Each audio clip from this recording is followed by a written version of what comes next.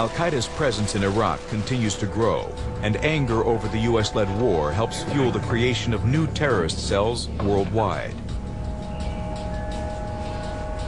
An estimated 15 to 20 million Muslims live in Europe, and less than half of all Europeans support America's war on terror. In 2005, British protesters staged massive rallies against England's involvement in Iraq. Meanwhile, 4 Brits planned to take more radical action. Mohammed Sadiq Khan is a 30-year-old teacher of Pakistani descent. He heads an Al-Qaeda cell made up of childhood acquaintances from the Leeds area. The recruitment of these men into Al-Qaeda marks a new milestone for Osama bin Laden's movement. Unlike the bombers in Madrid, all the members of Khan's cell have been born and raised in Western society. This is a critical step towards one of Al-Qaeda's biggest goals, another attack in the United States. According to the experts, the next 9/11 could be carried out by Europeans like Khan. If you had to put your finger down at one spot and worry the most of where future 9/11 attacks might come from, you'd still have to say that Western Europe is probably the most dangerous platform. In 2004, Khan and another member of his cell traveled to the border of Afghanistan and Pakistan to meet with the leaders of Al-Qaeda. For 3 months, the Brits train in Al-Qaeda's military camps in the tribal areas, with Khan showing particular promise to the Al-Qaeda leadership. Their goal for which they came to the camps of Qaeda al-Jihad was to carry out a martyrdom operation. They were bonded by a great love for the sake of Allah. Together they formed a great team. Khan returns to the UK in February 2005 and begins making preparations to attack. July 7th, 2005. The city of London wakes up to heavy showers. Wearing casual Western clothes, baseball caps, and backpacks filled with between 4 and 11 pounds of homemade explosives, Khan and his men enter the King's Cross tube station and join the crowd boarding trains packed with morning commuters. We got onto the train and it was going along, and I remember I was changing a song on my iPod, and literally when I changed the song, all the glass in the carriage smashed, and everyone was kind of just for a second stunned.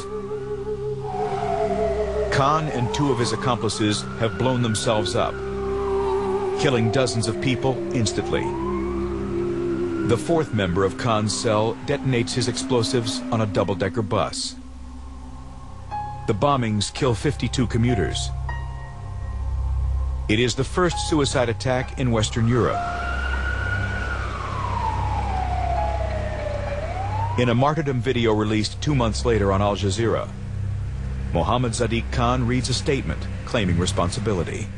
I and thousands like me have forsaken everything for what we believe. Our drive and motivation doesn't come from tangible commodities that this world has to offer. Our religion is Islam, obedience to the one true God, Allah. Another of the bombers, Shehzad Tanweer, appears in a separate Al-Qaeda video released after the attacks. To the non-Muslims of Britain, you may wonder what you have done to deserve this. You have openly declared war on Islam and other foreigners in the crusade against the Muslims. In another video, Ayman al-Zawahiri places the London bombings in the company of Al-Qaeda's greatest successes.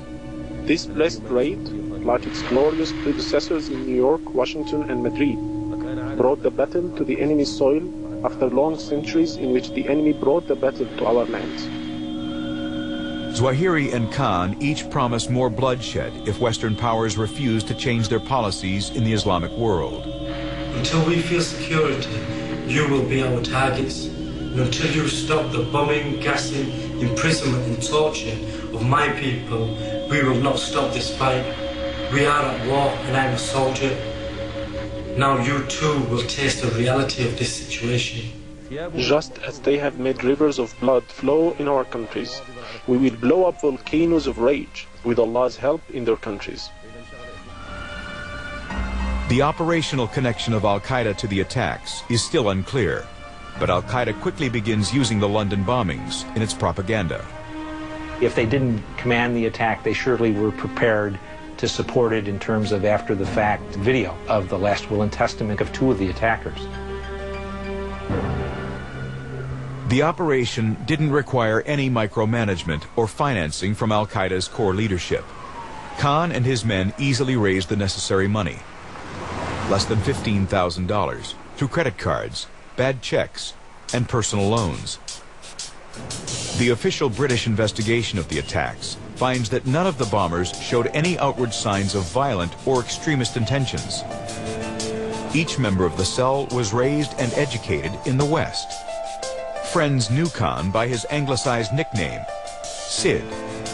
In fact, the background of the London bombers fits the profile of thousands of young European Muslims. So what is happening there? There is obviously an anger in them.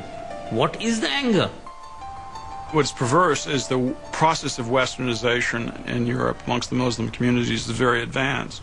But westernization can actually fuel Islamic radicalism. It sort of wipe cleans the traditions that young men would have inherited from their fathers and their grandfathers. In 2004, Islamic tradition comes under attack in France with a controversial ban on headscarves or veils. European Islamic communities are also outraged in early 2006 by Danish cartoons depicting the Prophet Muhammad. It's another story in the U.S. America has historically been more welcoming to religious and ethnic groups than Europe. Experts say that American Muslims have better social and economic opportunities than their European counterparts. Some former U.S. spies believe that poverty and alienation help Al-Qaeda recruit European Muslims. At this point, I would say that the Europeans, with their own colonial histories and migratory and immigrant patterns that they have, and the social and economic situations in those countries, are more at risk for homegrown than we are. But experts worry that Europe could be the launching point for future attacks in the U.S. A new terrorist plot will confirm their worst fears. A year after the London bombings, a different British cell allegedly targets 10 airplanes bound for the U.S. Their weapon? Undetectable liquid explosives.